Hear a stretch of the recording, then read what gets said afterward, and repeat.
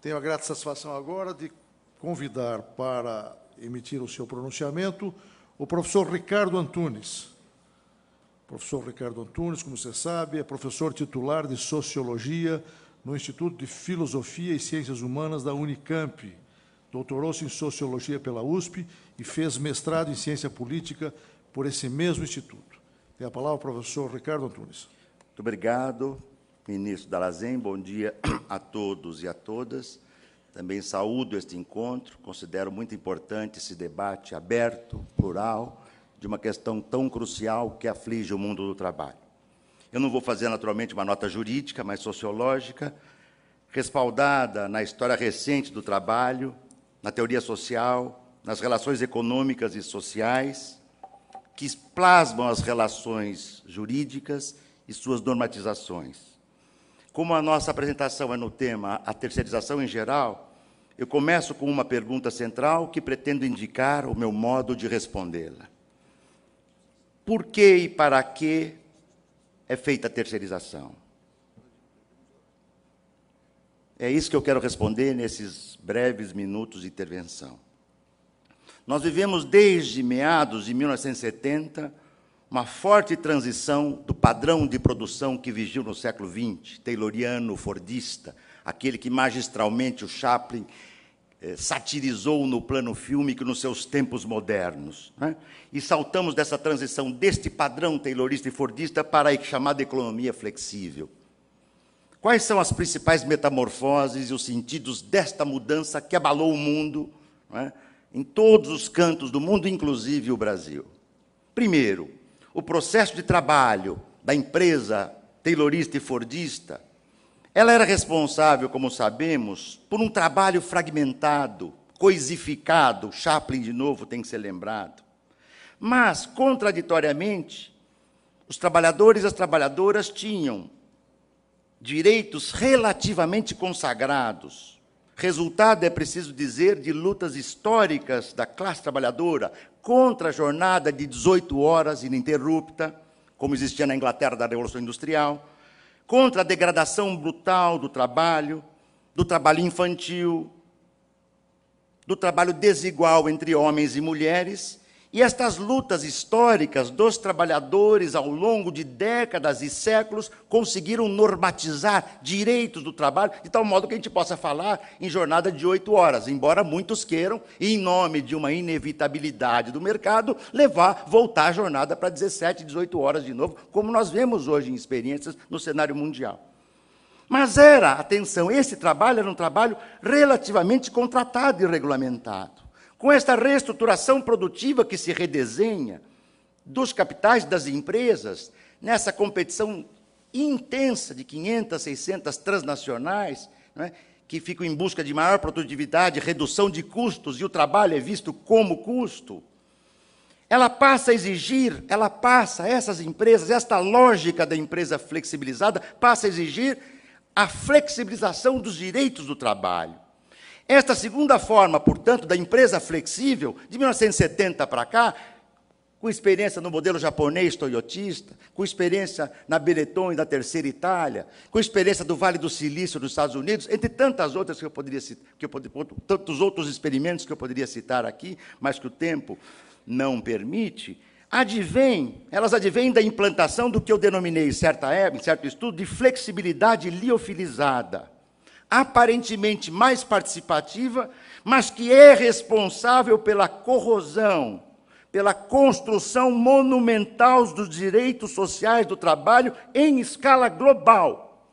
Os dados não me permitem dizer aqui, eu vou a um exemplo recente, só um exemplo, talvez a ponta mais dura disso. Na China, hoje, há empresas que pedem, exigem que os seus trabalhadores, que estão sendo contratados, que assinem um documento que digam que não vão se suicidar, porque se suicidarem por causa do sofrimento do emprego, os seus direitos não serão garantidos às suas famílias. Este é o cenário do trabalho hoje, se pegarmos a sua ponta limite. Não é? Eu vou, então, ao limite, porque acho que o debate aqui é de tal ordem crucial que nós temos que tocar nos seus pontos centrais. as responsabilizações, entre aspas, as individualizações, os parceiros, os consultores, os envolvimentos, os novos colaboradores, as metas, as competências, as falsas cooperativas, o trabalho voluntário que é compulsoriamente imposto, o estagiário que substitui trabalhadores e trabalhadoras que deveriam ser efetivos. Esse é o cenário dominante. E há uma questão primordial neste desenho. A porta de entrada destas modalidades de degradação do trabalho advém das terceirizações. Elas são as portas de entrada. E quando você entra na terceirização, é fácil entrar, o difícil é sair. Eu recorro aqui a uma metáfora. Eu já pude tratar em outros textos da metáfora do pêndulo. Não tenho tempo para tratar da metáfora do pêndulo. Vou falar então da metáfora da sanfona. Né? Vum, vum. Quer contratar? Amplia-se a sanfona. Vum. Depois, uma primeira oscilação de mercado, vum, e a sanfona se fecha. E os trabalhadores, não é? Contrata, descontrata, usa, descarta, incorpora, expulsa, emprega e torna supérflua. E os trabalhadores? Muito já se disse aqui, e se vai repetir, que é muito bom para as empresas, não é? Esta terceirização, porque elas tornam-se competitivas. Pois vamos ouvir os trabalhadores terceirizados, não é? Talvez fosse importante que a gente ouvisse até mesmo trabalhadores que estão terceirizados, que estão aqui no nosso entorno. Eles estão satisfeitos com a condição de secundariedade, de terceirização deles? Eles estão felizes em terem direitos diferentes? Quem de nós conhece, nos nossos escritórios, nas nossas universidades, nos nossos gabinetes de trabalho, quem conhece o nome das terceirizadas que limpam os nossos corredores? Todos nós conhecemos. Recentemente, em manifestações de terceirizadas, elas, trabalhadoras de limpeza, dizem: nós não podemos ficar na mesma empresa há muito tempo, porque nós não podemos conversar entre nós. É perigoso, ministro, quando trabalhadores e trabalhadoras conversam entre si. Não sabemos de que perigo se trata, mas eles têm que rodar. Não é? É este cenário que eu quero chamar a atenção. A terceirização, portanto, tal como nós a entendemos, ela vem se constituindo como principal instrumental pela qual as novas modalidades produtivas estão sendo introduzidas no mundo da empresa flexível, liofilizada. Sabe por que é liofilizada? Liofilizada, na química, significa em temperatura baixa e constante, as substâncias vivas são secas. O leite em pó é o leite liofilizado. As empresas liofilizam porque substituem e eliminam trabalho vivo. A pergunta é, muito bem, eu elimino um trabalho, tá, de um cortador de cana, ou de um terceirizado de limpeza, ele vai ser um estudante para ser um professor. Não, nós temos visto que a expulsão de trabalho tem gerado os bolsões de desemprego, os espaços ampliados onde a economia do crime entra, a criminalidade, e, em geral, né, essa expansão desses polos, digamos assim, de expulsos do trabalho, tem sido responsável, e basta olhar o cenário mundial hoje, por muitas explosões que estão ocorrendo. Ministro, se me permite um comentário, na história não há questão inevitável. O que parece inevitável hoje não é inevitável amanhã. Eu vou sair do nosso tema numa frase só, que o nosso tempo está chegando perto. Não é? Alguém imaginava que as rebeliões árabes ocorreriam nessa dimensão?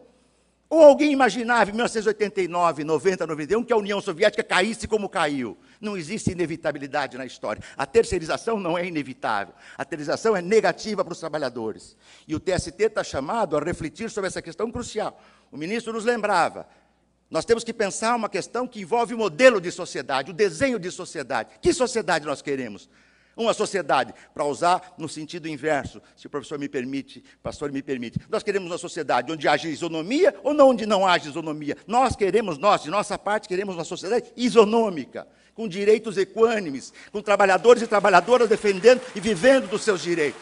Nós assim concebemos esse trabalho. É por isso, né, que o cenário atual é vital. É por isso que a terceirização acaba sendo, e a discussão se ela é atividade fim ou atividade meio, ela iniciou-se na Toyota, ela iniciou-se desses experimentos flexíveis da Europa e dos Estados Unidos e do Oriente, né? Ela iniciou-se nas atividades meio, mas agora se quer chegar às atividades fins, claro, porque em muitos casos, como foi citado aqui intensamente, eu também não tenho tempo para exemplificar, em muitos casos não existe mais essa separação em meio e fim, porque as empresas borram esses exemplos. Não são todas as empresas, eu não posso generalizar, eu estou dando um desenho mais global, que é o que é possível fazer aqui. Com isso, eu diria, a terceirização é uma porta de entrada onde você entrou.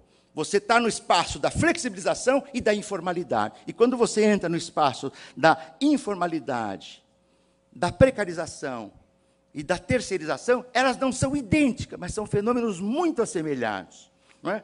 Assim eu penso que essa, digamos, a sua liberação ou a sua ampliação vai ser um caminho mais seguro para o aumento da precarização estrutural do trabalho em escala global. Eu penso que caberá, para finalizar, ao TST, preservá-la, ampliá-la, ou pensar em desconstruí-la. Por que não? Por que é inevitável esse desenho? Por que só os trabalhadores e as trabalhadoras podem ter desconstruídos? Que empresas têm flexibilizado? Se me permite uma ousadia, né, que os intelectuais se permitem, né, porque se ainda temos um esforço e um espaço de cátedra, por que as empresas não flexibilizam a sua propriedade? Por que só os trabalhadores têm que precarizar os seus direitos? Por que a flexibilidade é só de um lado? Eu penso que o TST tem um momento muito rico para debater o fundo desse debate. E se aceitei vir aqui participar, um convite que, num seminário de muito importante, que muito me honra, é porque penso que nós estamos tratando de uma questão crucial que trata o futuro da humanidade, especialmente o futuro da humanidade que trabalha. Obrigado.